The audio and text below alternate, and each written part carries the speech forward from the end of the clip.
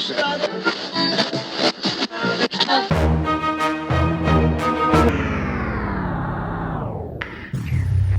to the Set Me Free Radio podcast. Are you ready for this?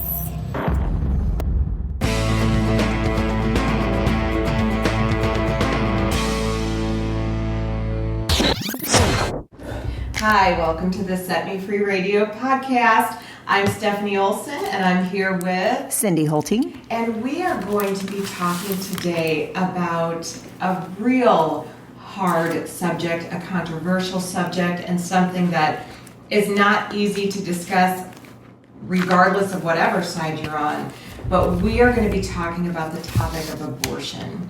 And that word alone is just a hard word to say, but we are here actually with somebody who has been through it. Cindy is going to share her story of her abortion, and I think you are going to be very blessed by it, but truly moved, and it's an eye-opening story. It truly is. And so I want to start, though, before we dive in, by reading Psalm 139 and a portion of that. And it starts with, O Lord, you have searched me and know me. You know my sitting down and my rising up. You understand my thought afar off. You comprehend my path and my lying down, and are acquainted with all of my ways. For there is not a word on my tongue. But behold, O Lord, you know it altogether. You have hedged me in behind and before, and laid your hand upon me. And then verse 13 says, for you formed my inward parts. You covered me in my mother's womb. I will praise you, for I am fearfully and wonderfully made. Marvelous are your works, and that my soul knows very well. You know, I know that even Christians debate about the subject of abortion, and the debate in essence is when conception begins. And is a baby in a mother's womb a life that has a right to live, or is it just a piece of flesh, something that the mother is carrying that does not have any rights? And so that's the ultimate idea. But I think that when we look at Psalm 139, particularly 13, it is so clear that God views conception as God views a baby's life forming at conception.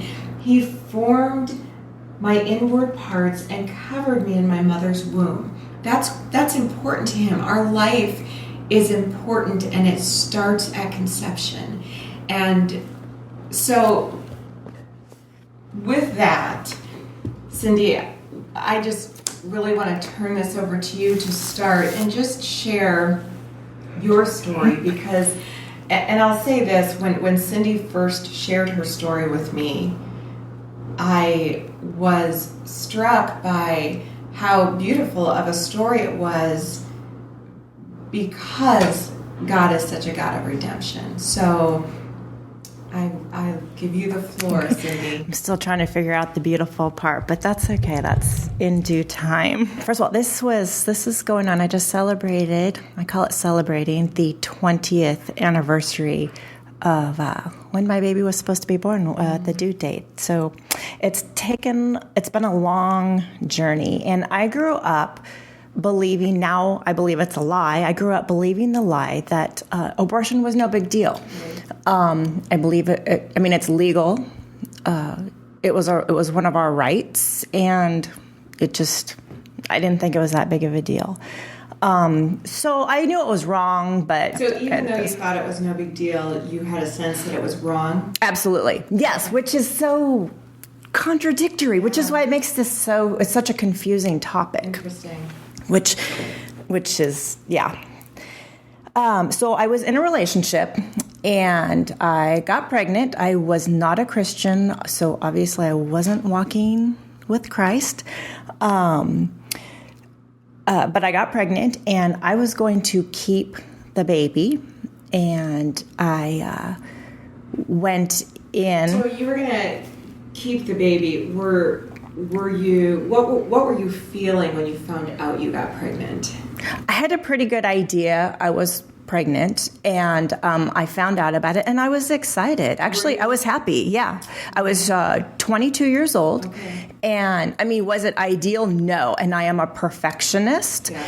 And so I knew it wasn't the right timing. So even though I wasn't a Christian, I knew, for whatever reason, I knew God had a plan for me, and this wasn't part of it. Prior to me getting myself into this wasn't part of God's plan. And for whatever reason, I knew that, you were supposed to wait until you were married. Right. And if you didn't wait to have sex until you were married, you at least made it look good and waited until you had kids until you were married. Mm-hmm. That was my thought process. And can I interject something really quickly? Because that's an interesting thing that you say, that this wasn't God's plan for your life. You knew He had a plan for your life, and this wasn't it.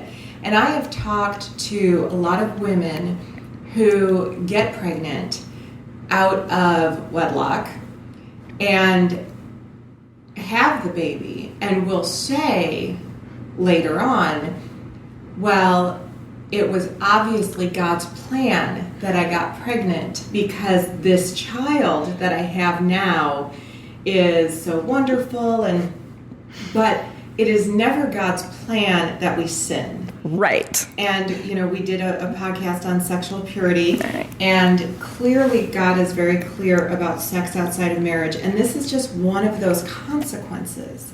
One of the reasons that we say, or that He says, we don't say, but He says that sex outside of marriage is a bad thing. So God has taken this part of your life, which was sin, but He is ultimately using it.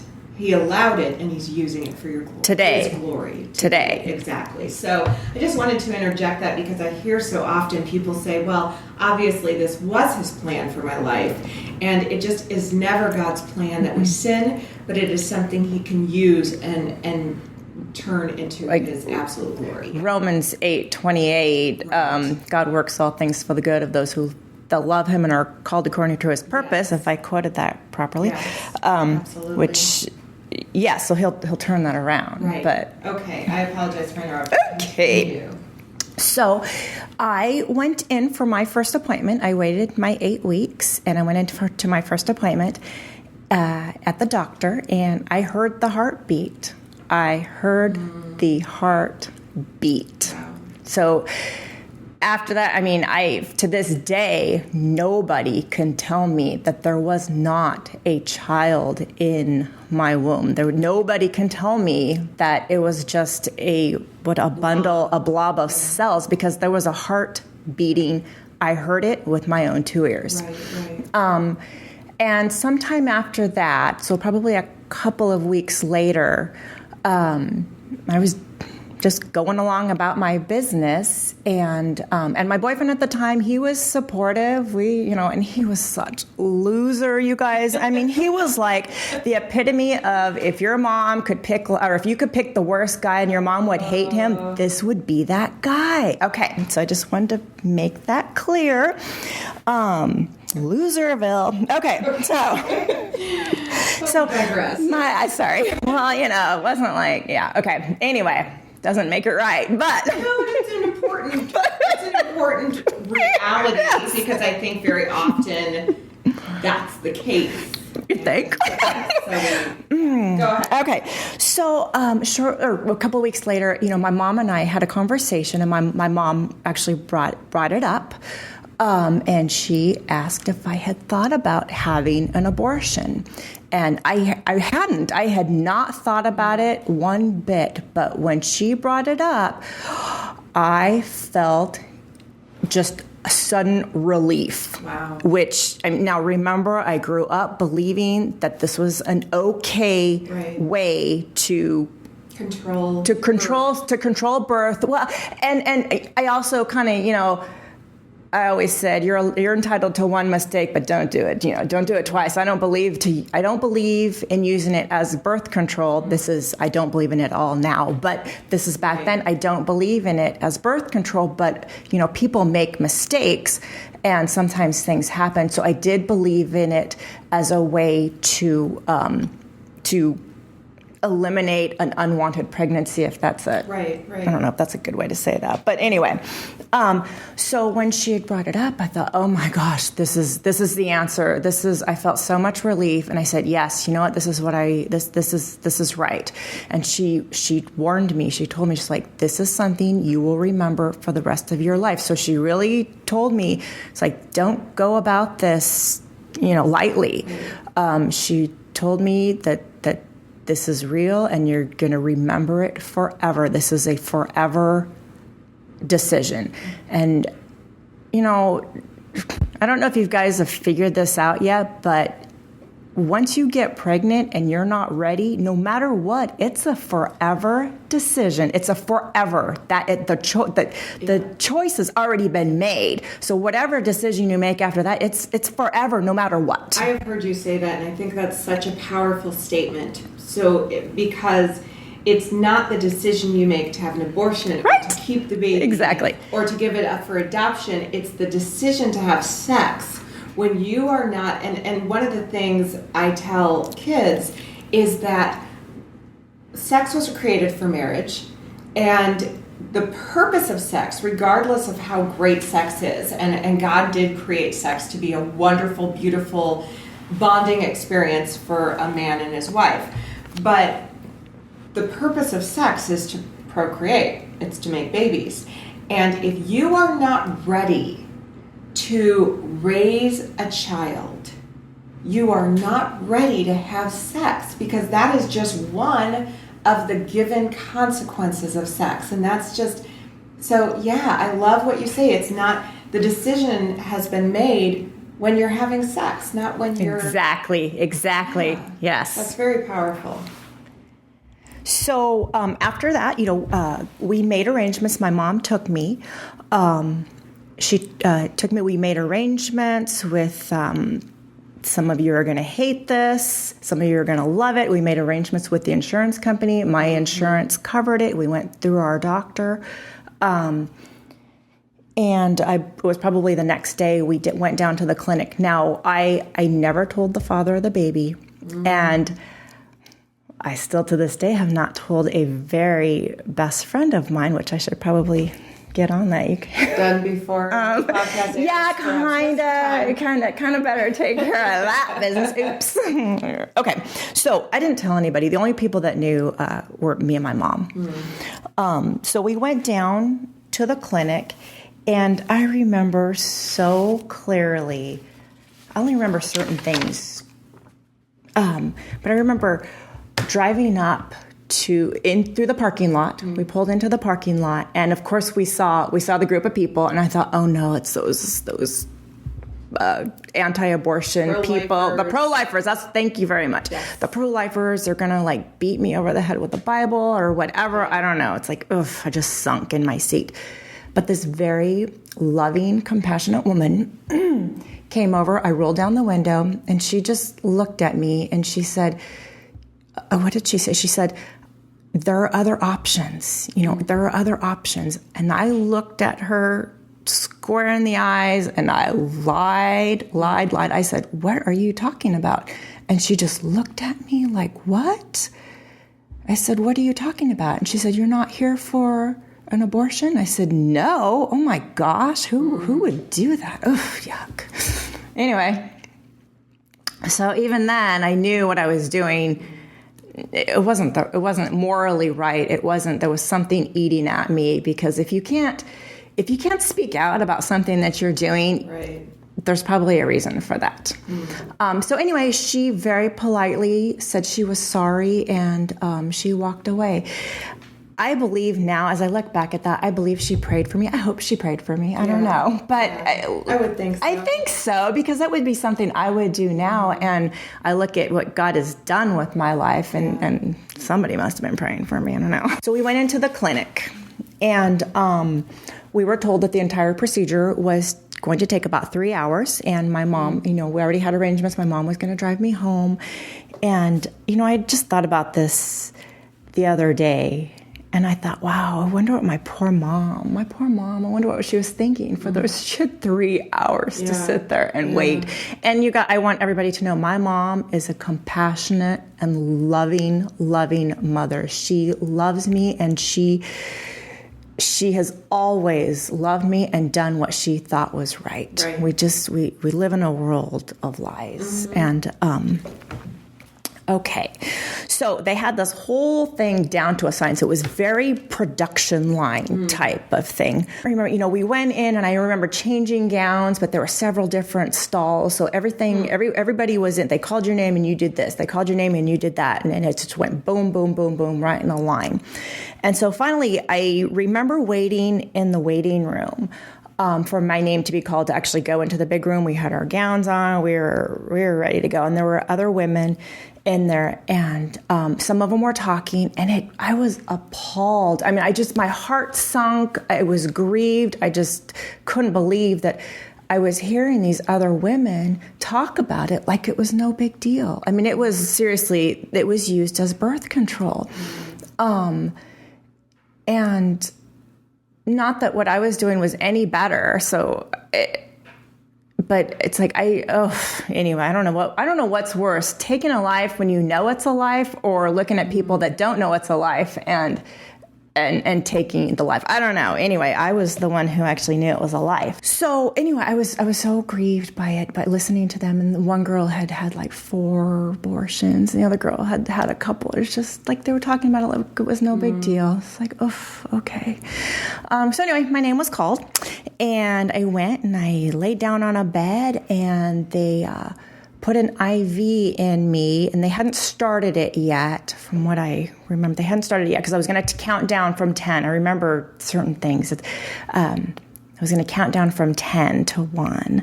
And I started crying. And I really started to grasp the gravity of what was going to be done. And I started crying, and I started crying harder.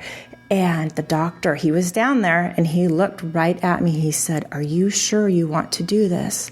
And I looked at him, and I said, "I have to." For some reason, I felt I had no other choice, and this is what I had to do. Right.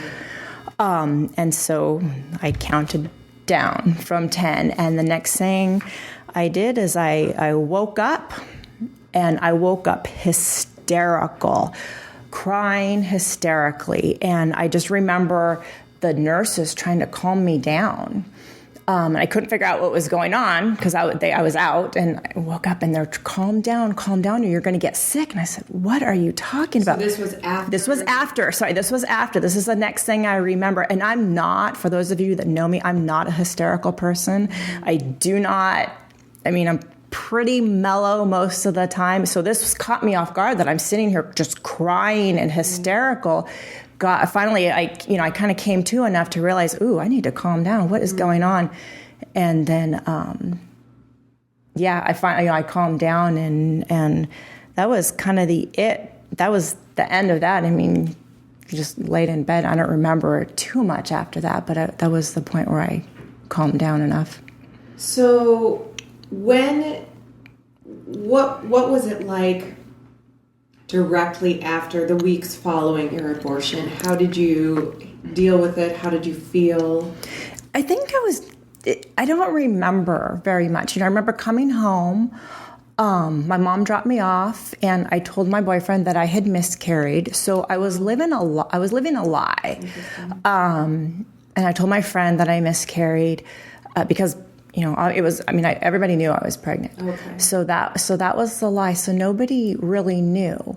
And I also remember telling myself, I remember this when I was making the decision to have the abortion, and probably even after, I kept telling myself I knew the baby wasn't going to make it anyway. Because I was in so much turmoil with my relationship. And I mean, I had gotten, and I am not a violent person. This is coming from me, that my boyfriend at the time had made me so mad. I punched him in the nose while I was pregnant and broke his nose. That is how angry I got at him. And so I thought, oh my gosh, there's no way this baby is going to make it. So that was a little extra information for you people. Wow. Well, and I think that because, and I want to fast forward 20 years, but I think that a lot, that's really an interesting point, because I think what we tell ourselves, or people who are pro-choice will say things like, well, this person shouldn't have a baby anyway. They're not they're not equipped to have a baby. They're not. And so it's better for the baby to be aborted than it would be for this woman to raise his baby. And it's just like, what about adoption, though? What about adoption? Right. There's so many families who are unable to have children, and the number of abortions that are occurring on a daily basis are incredibly high. And there's all these families who can't have a baby, and it's a tragic thing. Okay, so fast forward then 20 or so years or whatever. Okay, well, about a year after that, I was baptized. I came to Christ, basically, sort of. I was introduced to him. I received him as my Lord and Savior. I was baptized. But the church that got me there was really kind of creepy. I know. I'm sorry, guys. And then, so I broke away from them because they were almost cultish. Okay. But I know that God used that. God used it to bring me into the kingdom. And then we needed to work on some things. Right. But then after that, my life went spiraling downhill into a pit. And I cried out, but I did have God. I just wasn't walking with him. Right. And I really did try and read my Bible. I just didn't do a very good job, and I didn't understand a lot of it. But I did cry out to him a lot, and it probably took, about five years worth of destructive behavior, and me crying out to him, and me moving a couple steps forward and few steps back, it would be this back and forth thing until finally about 13 years ago, when I moved to Omaha, was the real, just the huge break from me surrendering. And here's an interesting thing, and I think this is worth pointing out. I finally did surrender to a point. I had something happen a year prior to me moving out to Omaha, and all of my things were stolen from me. And there were very personal things that only I touched, and it really, really broke my heart. It broke me. Yeah. And I cried out to God in a way that I had never cried out to him before, because this just hurt so bad, and I couldn't figure out, it's like, why? Well, duh, if you look at the people I was hanging around, it's like, it was no wonder stupid things were going to happen to me. So I knew I needed to be done with this life. I needed to let it go. But I couldn't do it on my own. And I really did my best in my way I surrendered. I worked on surrendering that surrender piece to the Lord. And he brought me out here. Now, I did move in with my boyfriend out here, which isn't God's plan. And that is not God's plan. But I did listen. Yes. It is a process. So I half listened. Or I listened and I half did, I suppose. I was halfway obedient. Sort of did what he said. Whatever. But I can relate. But he redeemed me. There was redemption, and eventually I did get married, and I started going to church, and slowly it's still been a process. Right. 10 years. It is daily. It's always. Yeah. Right. So because what I hear so often with people, there's such a huge dynamic with this pro-choice idea that it's not a human, even though baby and mom have totally separate DNAs. We are... that is a scientific fact. Right. There's 2 DNAs. Right. There is a heartbeat. Yeah. I don't know how much more really we can get there. And I think that says right there that this is not, the argument is it's the woman's body. But that baby is not the woman's body. The baby is its own body that God created and formed inside the mom's womb. And I was just reading something too. I'm still going through a lot of healing. Been through a lot of healing. There's still some more to go. And I was just reading in one of the books that the way God designed our body, we can think whatever it is we want to think, but there's only one truth. Right. And our bodies know what that truth is. Absolutely. And you're gonna have consequences. Right, absolutely. So let's talk about the consequences really quickly, because when you first shared your story with me, we were I don't think it was when you first shared your story, but you had an experience at a women's retreat. And that's when we really started talking about that. I could not even remember what you're talking about. I love it. I'm all, what? Yes. Are you? Oh, yes. So because you're blocking it out of your mind. I do. And just bring it back full force. So I am. share that with us, because I think that is so critical when we're talking about Christians who are pro-life. It's not just Christians who are pro-lifers. Let's face it. There are definitely non-Christians who believe in the sanctity of human life at conception. And so but the Christian community has some very strong opinions both ways on abortion. Right. Mm-hmm. And sometimes those feelings are expressed in a way that are perhaps not quite so loving. And I've thought a lot about this. I did block that out of mind. I totally forgot about it. I was at a retreat. Sorry. That's okay, because I think this is worth saying, but I think I'll tell you what happened. I was at a retreat and we were eating, and the women there started to talk about abortion.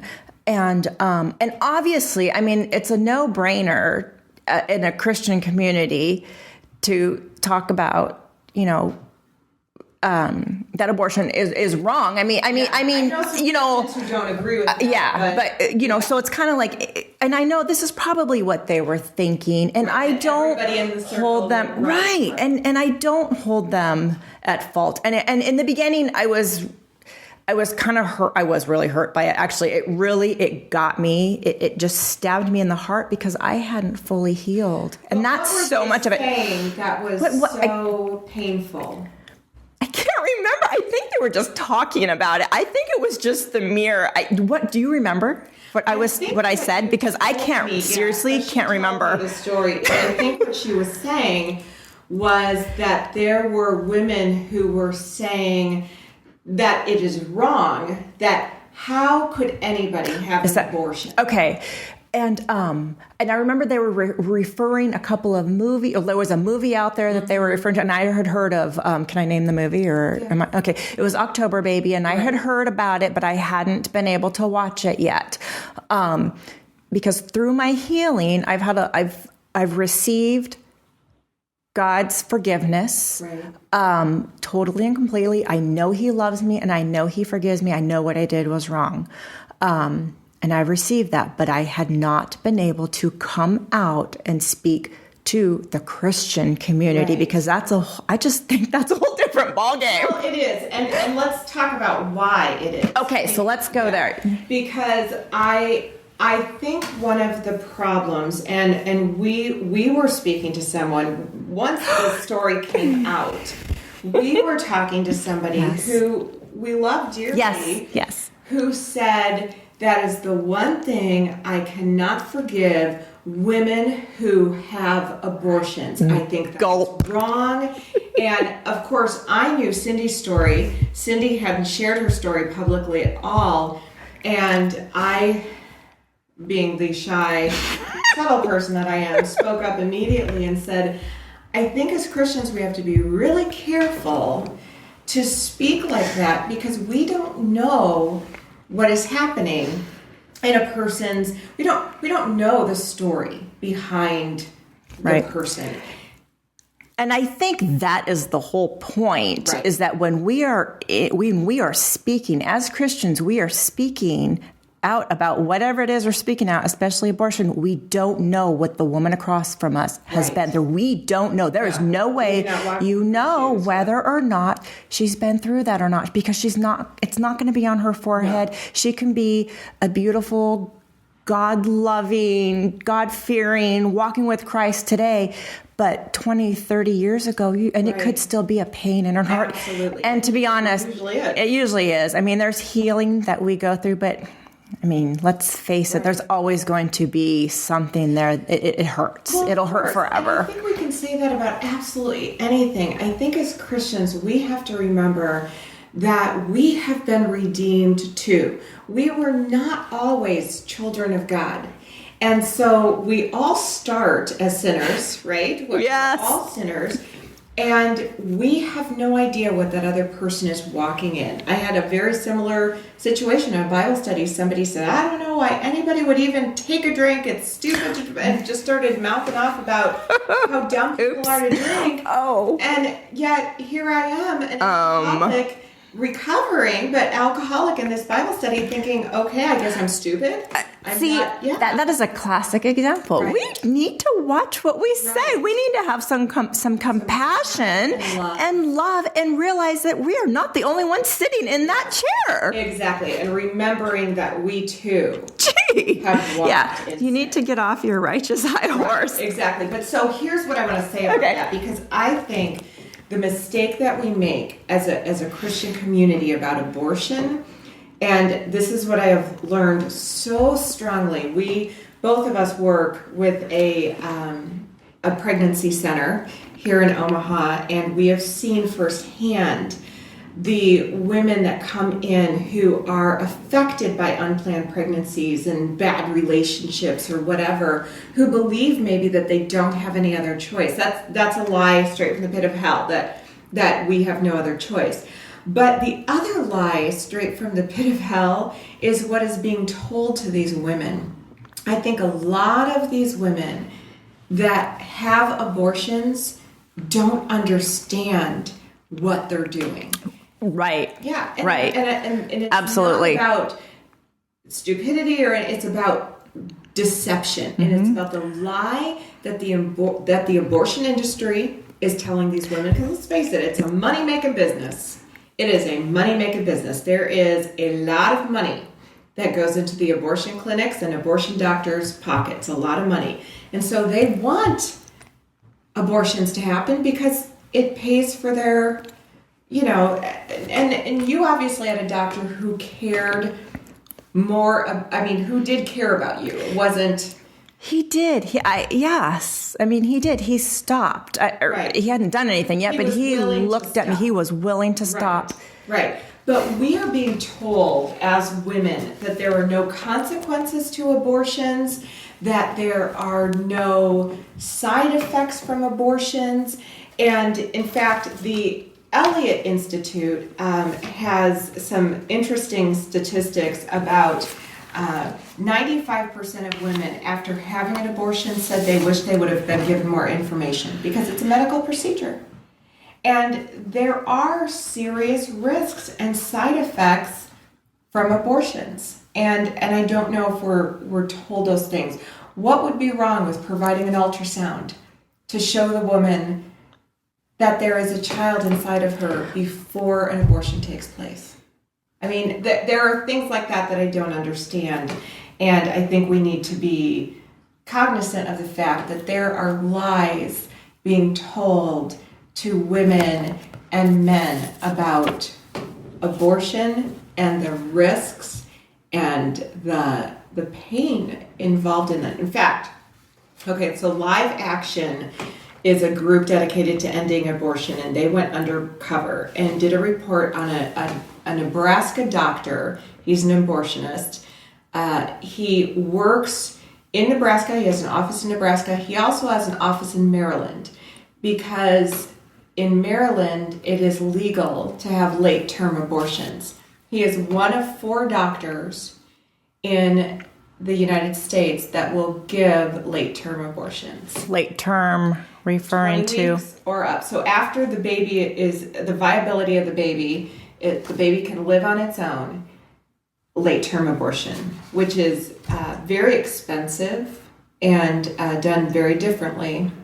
But he is one of 4 doctors who will do late-term abortions. And so this group went undercover, and a actual pregnant woman went in undercover and talked to this doctor about what was going to happen with her abortion, supposedly. And it was so fascinating what he said. He explained the procedure.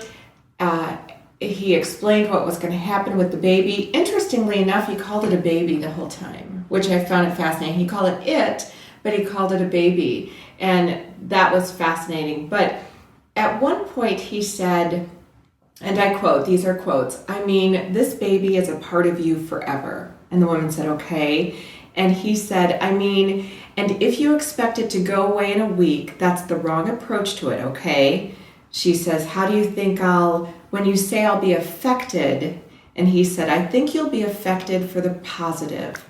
I think you can make very difficult, hard decisions that help shape the life, the rest of your future, and make you work harder for the things you know that are important."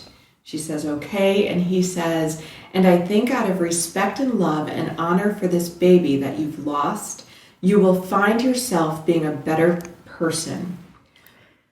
Postpartum depression is really very common, but post-abortion depression, I can honestly tell you that I haven't seen one person that way.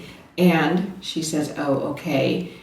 And he goes on to say, "We had a 16-year-old girl that was pregnant, and 26 or 27 weeks that we did the termination for her. And she tried to kill herself. And she got to the hospital and recovered. And she tried to kill herself not because of the termination, but because of the baby that she had before this. It was already a year old, and she wished she had not had that baby.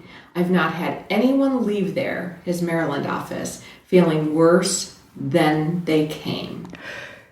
Well, yeah, immediately after.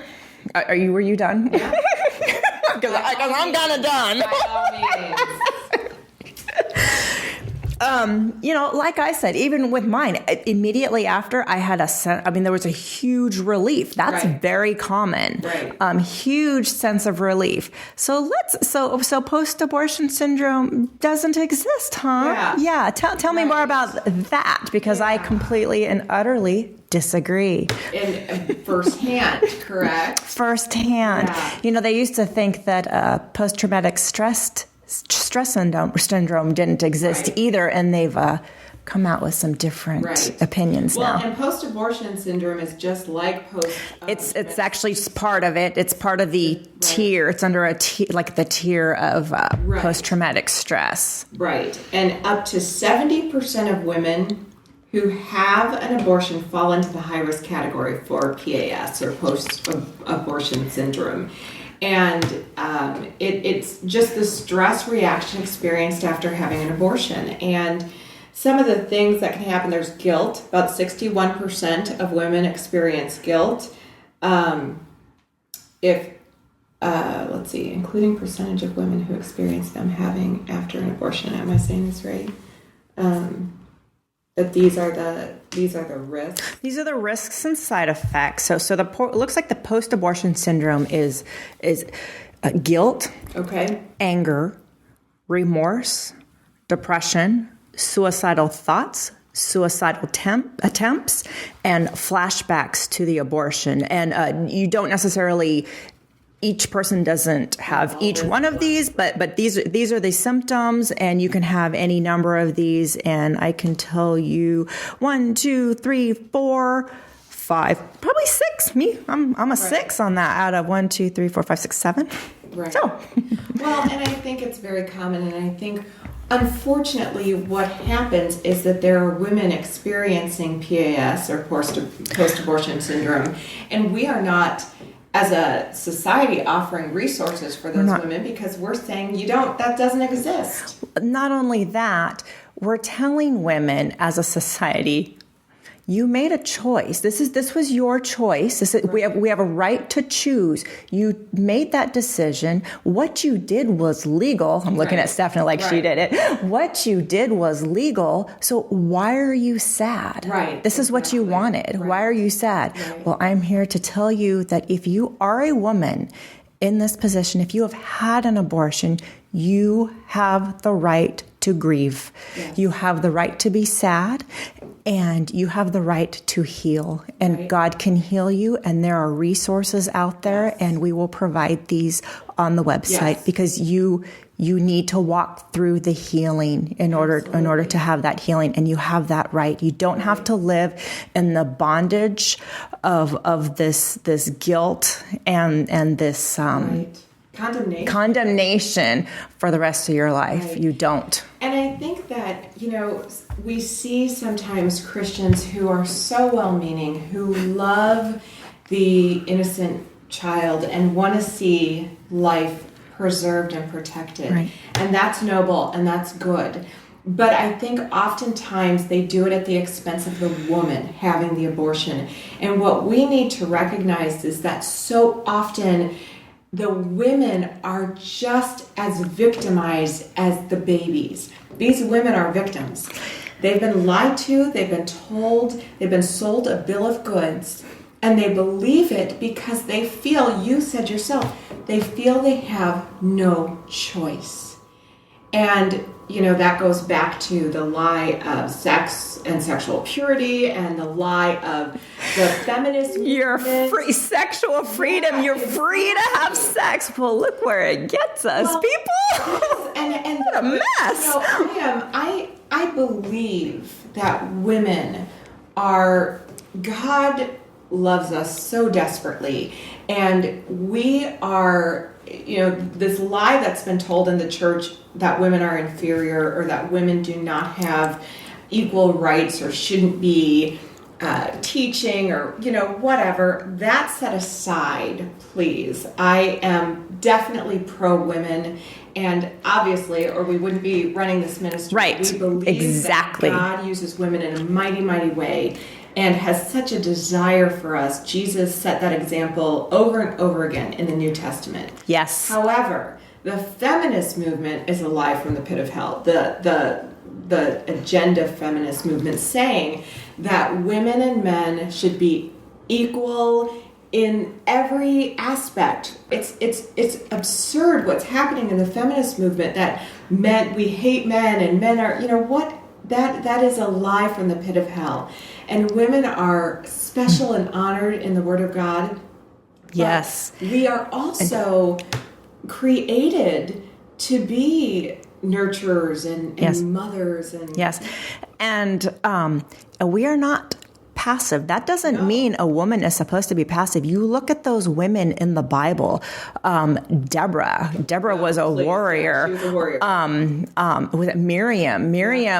Moses' sister, was an incredible. She was a strong leader. So we are not saying that women are supposed to be passive and just lay down and be the doormat. No, we are nurturers. We are loving. We are kind. We are compassionate, and we are strong warriors, women of God. God wants to use us, and that's why the enemy hates us so much. That's exactly right. He wants to strike us down. That's why there's so many things happening to women out there. The abuse yes. It's like, women, oh gosh, if you don't know where your place is with God, you need to go out there and find it, because He has a purpose for you. He has a plan for you, and He wants to use you in mighty, mighty ways. Amen. Yeah, so true. And I think the feminist movement robs us of that. I agree. I totally agree, because it tells us we're supposed to be, quote, strong in all these wrong ways, like men, but we are not men. Oh, we're not. I think they see strength in men, maybe, and then we're supposed to be like men. Jealous of it? Ew, I don't know, but I'm not a man, and nor do I want to be a man. My husband's a man. He's a great man. Yep. He can be the man. I can be the woman. I'm okay with that. I'm good. I'm okay with that. And standing up and saying that women are, yes, we have the right to our body. We do. Absolutely. Absolutely. But we do not have the right to somebody else's body unless he's our husband, which we're told in the Bible that the man has authority over the woman's body and the woman has authority over the man's body, but over her child's body, no. And that is God's. And so we have to remember that abortion is it's killing a life that is so sacred and loved by Jesus. But we also have to remember that these women are not intentional murderers. Right. I think that's what I struggle with, people going to Oh gosh, you're a murderer. Yeah. That's going to win a lot of people to Christ right there. Oh my gosh. Yes, exactly. Yeah. I don't know. I mean, I'd be running the other way. I mean, come on. Somebody's calling me a murderer. See ya. I mean, obviously to the other extreme, which is not Christ-like. I get so frustrated with people equating pro-life people with people who kill abortionists or things like that. Well, yeah. Really, sanctity of life needs to be withheld everywhere. I agree. That is not Christ-like. Those are not Christians. And I think if we as followers of Christ we have to love these women into the truth. There we go. It's not about, like you said, thumping the Bible over their head or running up to them and yelling at them across the street saying, hey, you're killing your baby. That's not going to help. It's really hard, but we have to understand that there is a right way to do this and there is a wrong way to do this. I agree. But the bottom line is those babies are victims, but so are those women. And they're victims of the lies that Satan has told us forever. And so, the women, the girls, and the moms. Because the moms... So talk about your mom for a second. Yes. Because your mom said something to you the other day, and I just love this because what a painful journey she has taken. Yes. I asked her if she would mind if I talked about this. I told her I was going to go public, and she said okay, and she started to cry. And I think it breaks my heart that it breaks my mom's heart more than anything, because I have received a lot of healing. And she started to cry, and I said, have you received any healing about this? And she said, no, I haven't.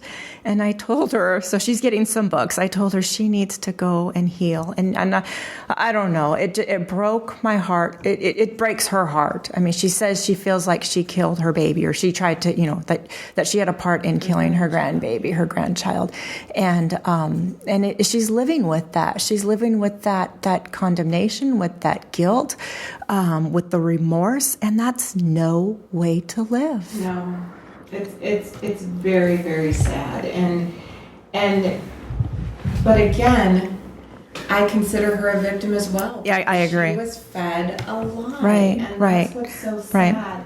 I mean, when we look at what a pregnancy is and the development of a baby. So fetal development, this would be baby development. And they actually, a lot of times, don't even call it a fetus anymore because a fetus kind of brings life to it to some extent. Oh, what do they call it? Tissue. Yeah. So baby's development at about weeks 5 to 9, the brain is being developed, the spinal cord is being developed, the heart begins to beat, hands and feet are forming, every essential organ begins to form, bones begin to form, muscles can contract. This is when an abortion is typically, an early abortion is done, and all of that is developing.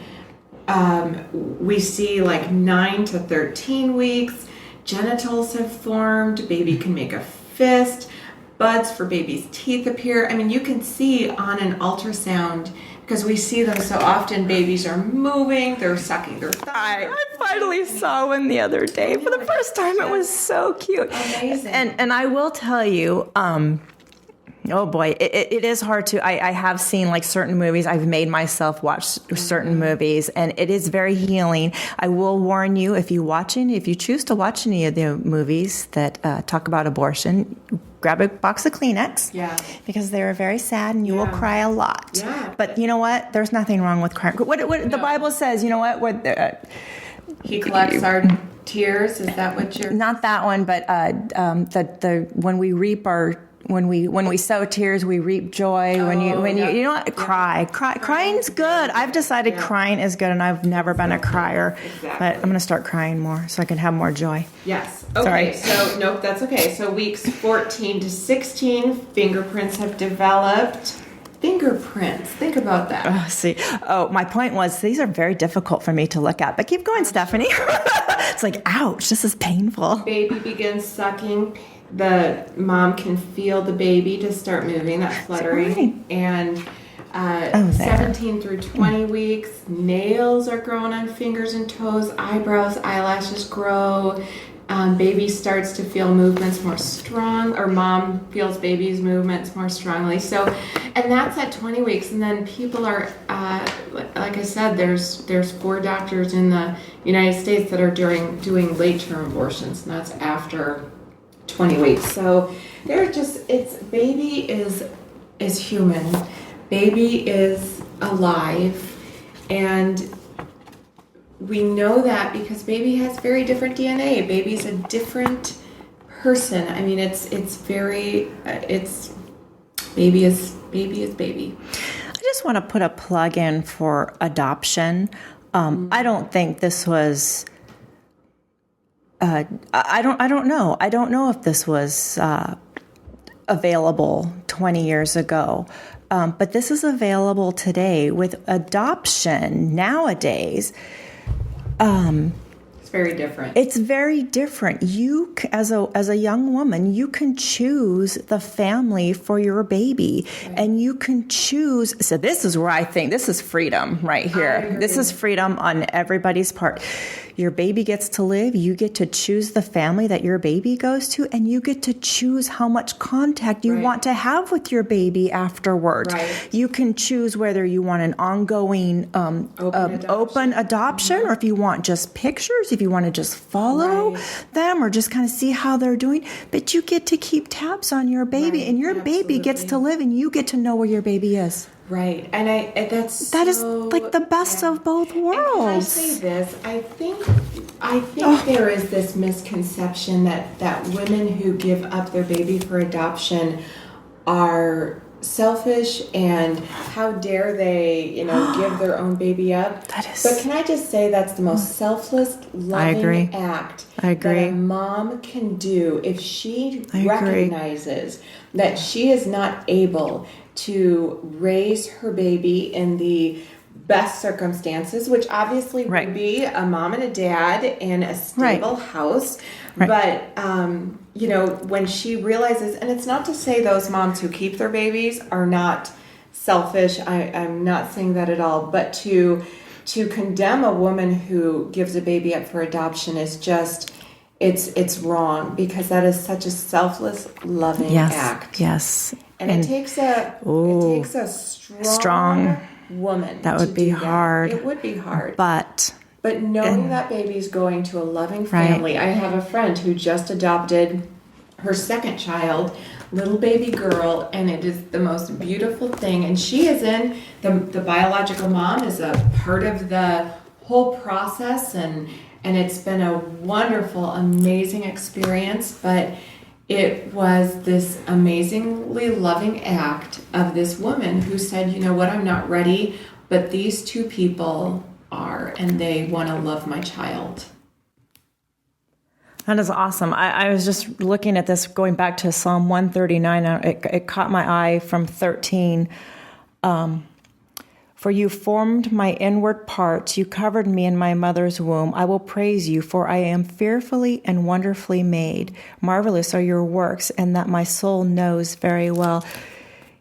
So God has a plan for each one of these babies. Right. And when you give the baby life, and whether you choose to keep it or or adopted out, God has a plan for that child. When you were able, when you give the baby life, you're giving it to God. He's able to do something with that life. So true. And I would just like to say too, for the women who have had abortions and, are kind of in your place right now, Cindy, where you look back and you've got 2 little girls now and you can look back and say, wow, you have kind of an idea of what it would have been like to raise that child, and there's pain and hurt there. I would like to say to all of those women out there that those babies are in the arms of Jesus right now. And that's so important to remember that they are being loved and taken care of by an almighty sovereign God. And so there is redemption even in that. Hey, and so we get to meet our babies someday. Yes, absolutely. So that is our time is about up, but is there anything else that you want to add, Cindy? Because that's a powerful story, and I think the beautiful part of your story is who you are today, and that Jesus grieved with you through that, and he has brought you through it, and there is such freedom in redemption. And now you can tell your story to other people, and you can help those people. And I think that's the beautiful part of the story, that you and your mom have talked about it, and there's been healing there. But more importantly, there's healing for you and for her through Christ. Right. And that can be used to heal and help other people. So if you would like to contact Cindy and, either share your story, or I know she would be happy to even talk to you, you can email her directly at info@setmefreeministries.net and send her an email, and we'll definitely get you connected. Or on Facebook, you can Facebook us at Set Me Free Ministries, and you can send a personal message to her there as well. But don't hide behind your story. Hide behind the cross. So just like that scripture in Romans 3:23, we have all sinned and fall short of the glory of God. None of us are perfect. And what the enemy intends for harm, God will take it and use it for good. Amen. Well, thank you, Cindy, for sharing your story. Why, thank you for having me on, Stephanie. Yes, you're welcome. Can I come back? Yes, please do. Next week, in fact. Oh, okay. And we are so glad that we were with you today. And now we have to say, go out and make disciples. See you next time.